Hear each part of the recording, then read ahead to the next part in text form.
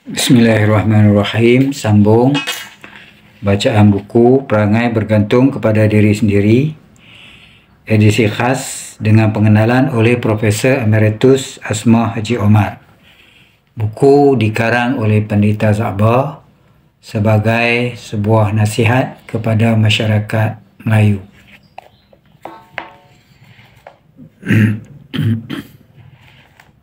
Surat 99, siri yang ke-29, masih dalam tajuk utama, baik dan jahat tetap ada. Pada satu tempat yang lain pula di dalam Al-Quran, pada orang yang memberi-beri hartanya atau berbuat apa-apa kebajikan untuk menunjuk-nunjuk kepada orang lain dan bukan kerana iman akan Allah dan hari kemudian, adalah disebut bersaing sama setara dengan orang yang bakhil dan menyuruh orang lain berbakhil, serta menyembunyikan rezeki yang telah diberi Tuhan daripada limpah kurnianya. Ini dapat dilihat daripada ayat A'udzubillahi minasyaitonirrajim, allazina yabkhuluna wa ya'muruna an-nas bil bukhli wa yaktumu nama atahumullahu min fadlih walladzina yunfiquna amwalahum ria'an nasi wa la yu'minuna billahi wa la bil yaumil akhir. Surah An-Nisa, surah keempat, ayat 37 sehingga 38. Maksudnya, mereka yang telah berlaku kedekut dan menyuruh orang lain semua berlaku kedekut pula seperti mereka. Dan mereka sembunyikan barang apa kurniaan rezeki yang telah diberi Allah kepada mereka daripada limpah kurnianya. Dan mereka yang membelanjakan wang harta mereka pada jalan kebajikan kerana menunjuk-nunjuk kepada orang banyak, padahal mereka tidak percaya akan Allah dan pula akan hari kemudian. Mereka itu dikatakan di dalam ayat yang dahulu, iaitu ayat 36. Surah An-Nisa, iaitu A'udzubillahi minasyaitonirrajim, innallaha la yuhibbu man kana mukhtalan fakhura. Maksudnya bahwasanya Allah Ta'ala tidak gemar akan barang siapa yang bongkak, suka bermegah-megah, ini minta dipuji. Dan di akhir ayat yang kemudian itu pula, iaitu ayat 38, mereka itu disifat bertaulan syaitan. A'udzubillahi minasyaitonirrajim. Wa man yakunish syaitan lahu khorinan fasa'a khoriba. Maksudnya, dan barang siapa yang syaitan menjadi taulannya, barang siapa yang bertaulankan syaitan, maka tak baik benarlah taulannya itu. Pendeknya, kedua-dua kumpulan ini dikira sama setara dan sama-sama dijeniskan daripada orang-orang yang bongkak dan gemar bermegah-megah dan tiada disukai oleh Allah Ta'ala kerana mereka seolah-olah bertaulan dengan syaitan. Lagi pada satu tempat lain, firman Tuhan, A'udzubillahi minasyaitonirrajim, fawailul lil musallin allazina hum an salatihim sahun allazina hum yura'un. Surah Al-Ma'un, surah 107 ayat 4 hingga 6. Maksudnya, maka celakalah bagi orang-orang yang mengerjakan sembahyang, yang lalai hatinya daripada sembahyangnya itu. Mereka yang mengerjakannya kerana peraga kepada orang. Maka dari contoh yang dimisalkan pada perkara bersedekah dan sembahyang ini, memadailah dapat kita mengambil kiasan dari lain-lain kerja kebajikan juga, iaitu jika kebajikan yang dibuat itu berasas kepada perasaan riak, ia ini hendak menunjuk kepada orang. Nescaya hilanglah sifat kebajikannya itu dengan percuma. Bahkan harus bertukar nilainya jadi kejahatan pula pada pandangan akhlak dan agama. Begitu juga jika kita tidak berbuat jahat kerana maksud menunjuk kepada orang atau kerana manusia, iaitu supaya dikatakan orang atau disangka orang diri kita baik, padahal yang sebenar itu jahat juga. Sebaliknya daripada itu, kejahatan pun ada tentangnya boleh jadi kebajikannya pada hakikatnya jika niatnya atau maksud pada batinnya ditunjukkan baik. Umpamanya seperti hal-hal yang diceritakan dalam kisah Nabi Musa AS dengan seorang hamba yang tinggi pengetahuan batinnya. Biasanya orang ini dikatakan Khidir AS. Bagaimana yang tersebut ceritanya dalam surah Al-Kahfi dalam Al-Quran.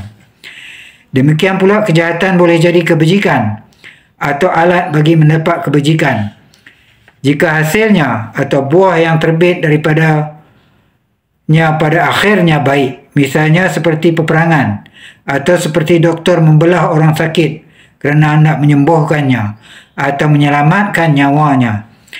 Maka setengah kejahatan itu pula boleh dikira sebagai rahmat yang terselindung di kurnia Tuhan, iaitu dibalanya ke atas manusia kerana akan menghasilkan kebajikan yang terbesar kepadanya.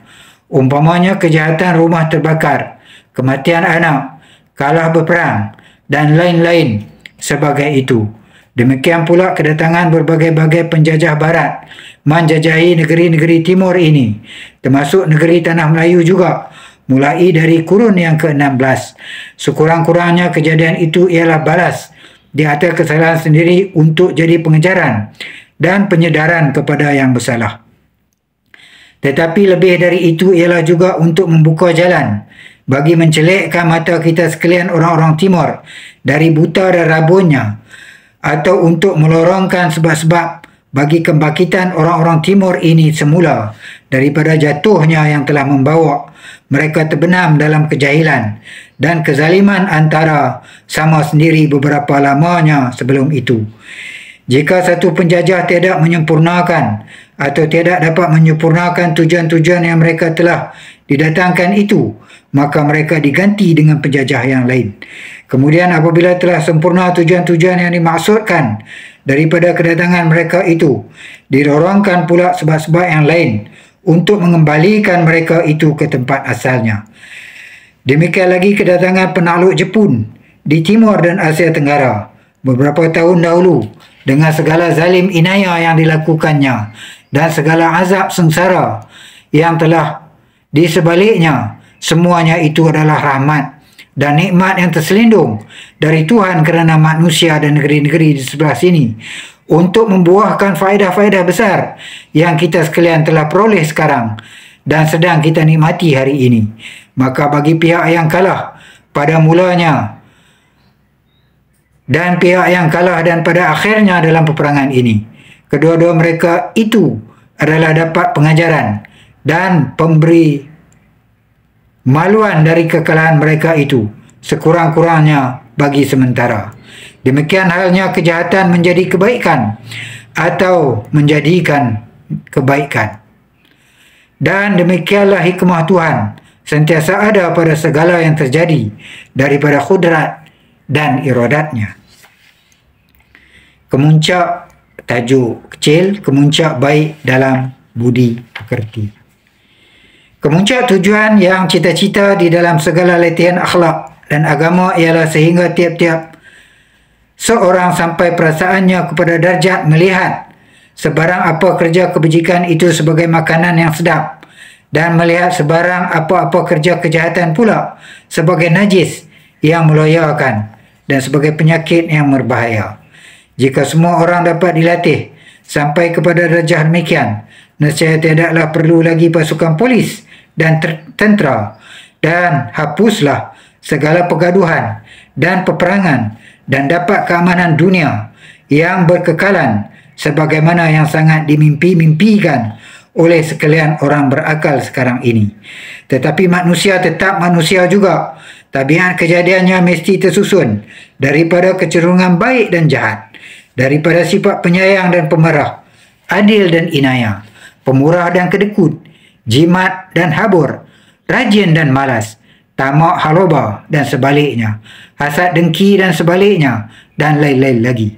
Baik dan jahat sentiasa ada dan akan tetap ada di dalam ramuan keperangaian manusia, sebagaimana di dalam susunan kejadian alam dan lain-lain juga, guna untuk membolehkan berlawan di antara kedua-dua pihak itu dan menampakkan perbandingan.